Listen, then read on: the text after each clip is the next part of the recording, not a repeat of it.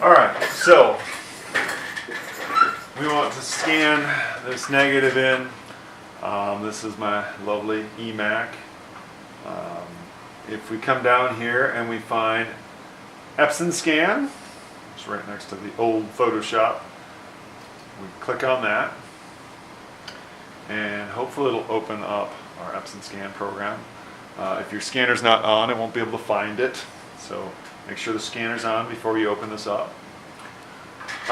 We want to be in the professional mode up here, professional mode. We are going to be scanning film, so here it says original. We want film. If it was a traditional, just a regular photograph, you'd hit reflective. But we want film. You have choices: color negative, black and white negative, positive film. I'm utilizing color film, even though it's black and white. So I'm going to choose the color negative film. See what that looks like.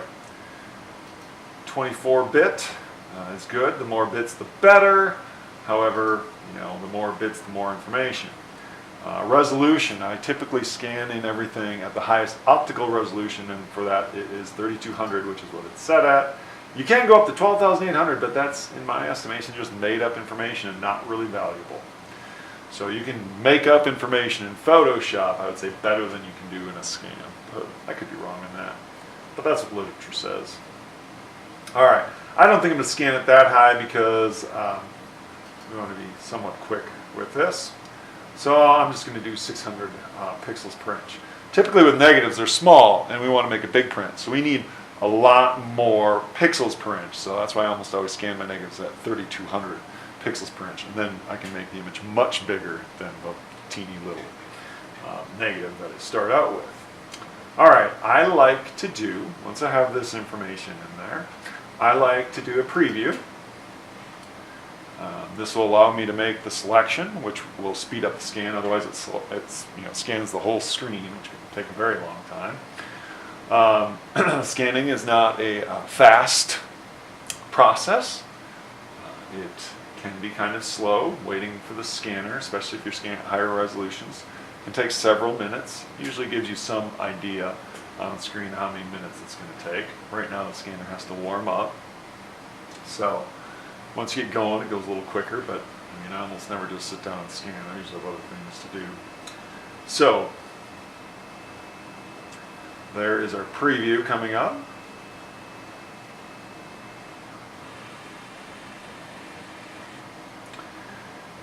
And they're inverted it for us. So I can kind of just see a little bit of the image here. So now I'm going to actually zoom in on that. Up here there's a little button that says zoom. There's one here too, but it's grayed out, and so it really doesn't mean anything. This is going to be a really rough image. This film is 40 years old almost. The camera I use is probably 70 years old and not in ideal working condition yet.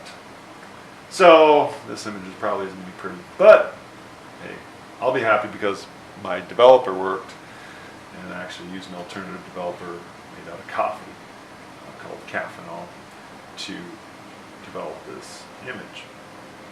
So it's probably not going to look good. Your scans should look better. Alright, so it zooms in on my selection, inverts it. We see all sorts of funky things sort of happening here with this shot.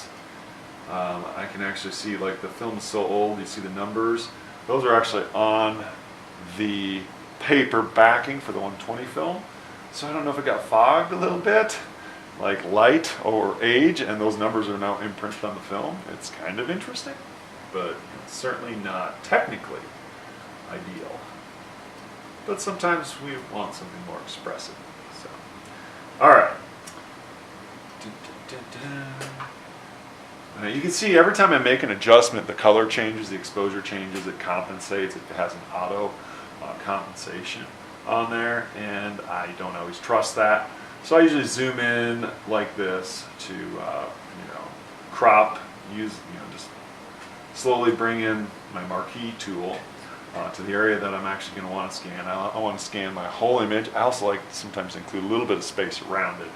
It's not really necessary. I could add such space later, but At this point though, I usually click on my histogram, and you can see I have a very narrow band in this histogram. And though if I play with this, I want my blacks to be just at the beginning of the information. I want to scan as much information as possible, and I want to get my highlights up here a little bit.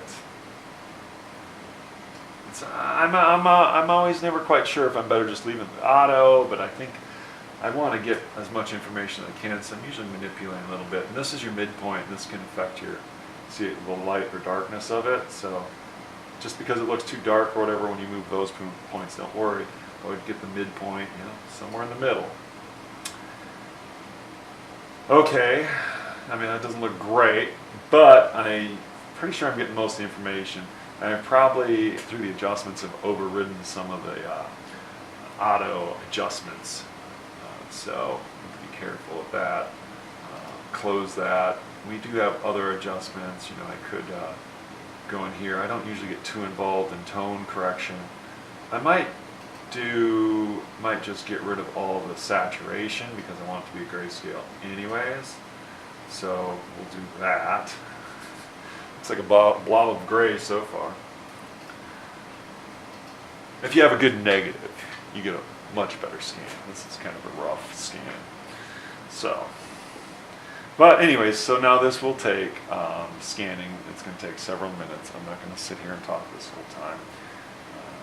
But it's actually not going too slowly.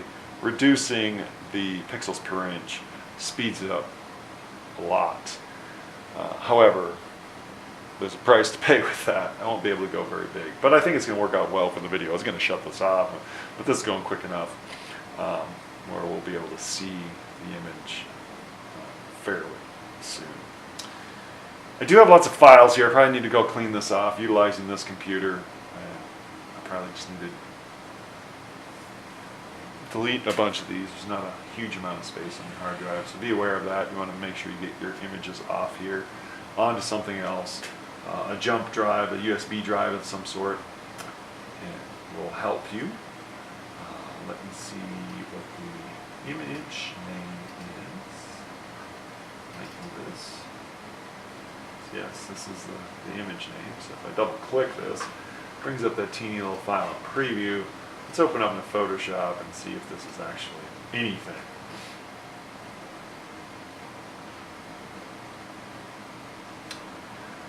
Photoshop 7, it's a little bit old. Still works though. Alright, so I mean in the grand scheme of things, that's how we scan images. So if you have any questions, of course, contact me.